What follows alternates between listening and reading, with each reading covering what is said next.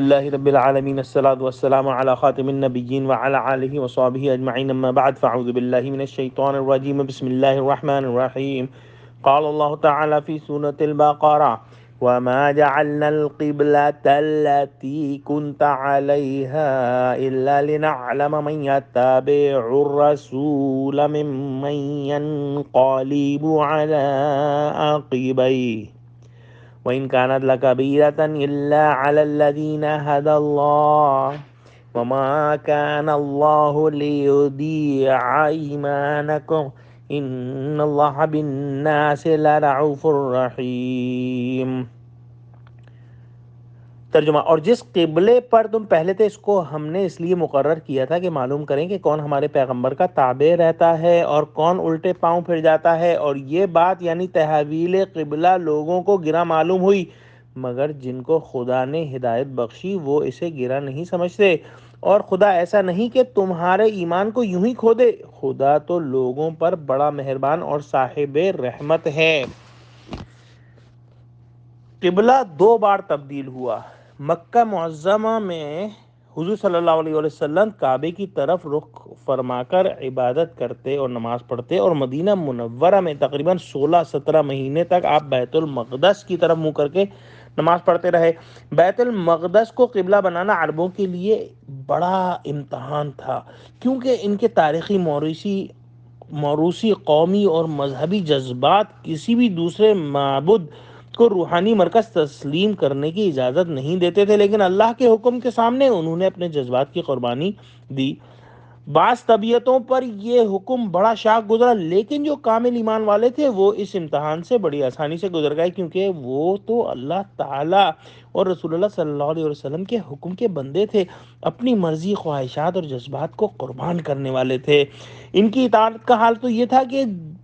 جب 16-17 ماہ بعد انہیں نماز کے دوران تبدیلی قبلہ کی خبر پہنچی تو انہوں نے بلا توقف نماز کے دوران ہی اپنی صفیں تبدیل کر لی۔ حالانکہ اس تبدیل میں ایسی اکھاڑ پچھاڑ ہوئی کہ پہلی صف کو سب سے پچھلی صف میں آنا پڑا اور پچھلی صف کو آگے جانا پڑا۔ قبلے کے بدلنے سے اپنے اور پرائے، مخلص اور منافق نکھر کر سامنے آ گئے۔ حضرت ابن عباس رضی اللہ تعالیٰ عنہ سے روایت ہے کہ جب رسول اللہ صلی اللہ علیہ وسلم کو نماز میں کعبہ شریف کی طرف رخ کرنے کا حکم دیا گیا تو حضرات صحابہ کرام نے عرض کیا کہ یا رسول اللہ صلی اللہ علیہ وسلم، ان لوگوں کا کیا حال ہوگا جو بیت المقدس کی طرف نمازیں پڑھتے رہے اور قبلہ بدلنے سے پہلے وفات پا گئے؟ اس پر اللہ سبحانہ وتعالیٰ نے یہ آیت نازل فرمائی اور فرمایا کہ اللہ تعالیٰ ایسا نہیں کہ تمہارے ایمان کو ضائع کر دے۔ اس آیت میں نماز کو ایمان فرمایا، اس سے نماز کا رتبہ معلوم ہوتا ہے۔ آیت کے آخر میں فرمایا ان اللہ بالناس لرؤوف الرحیم، کہ بے شک اللہ لوگوں کے ساتھ بڑا مشفق اور مہربان ہے۔ اللہ تعالیٰ حکیم بھی ہے اور حاکم بھی ہے، وہ حکمت کے مطابق ان کاموں کا لوگوں کو حکم دیتا ہے جن میں بندوں کا بھلا اور نفع ہوتا ہے۔ ہر حکم ان کے ساتھ رافت اور رحمت کا معاملہ ہے۔ جو نمازیں حکم کے مطابق پڑھ لی گئیں ان کے ضائع ہونے کا وہم و گمان نہیں۔ یہ بات پہلے بھی بیان ہو چکی ہے کہ دین کے ظاہری پہلو کے اندر اگر تبدیلی ہوتی ہے تو اگر ایمان میں کمزوری ہو تو بڑی طبیعت کو شاق گزرتی ہے، لیکن مسلمانوں نے جب مدینہ ہجرت کی اور ان کو حکم ہوا کہ بیت المقدس کی طرف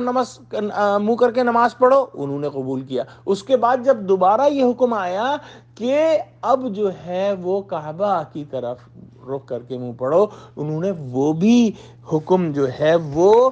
بغیر کسی جو ہے اعتراض کے اور بغیر کسی جو ہے پریشانی کے مان لیا۔ اور یہ اللہ تعالیٰ کی ہدایت ہے کہ اللہ تعالیٰ جو ہے دلوں کو ہدایت دیتا ہے، جس سے ایمان والوں کے لیے احکامات کو فالو کرنا آسان ہو جاتا ہے۔ دعا کریں کہ اللہ سبحانہ و تعالیٰ ہم کو بھی ایسا ہی مومن بنا دے، آمین۔ وآخر دعوانا الحمدللہ رب العالمین، والسلام علیکم ورحمۃ اللہ وبرکاتہ۔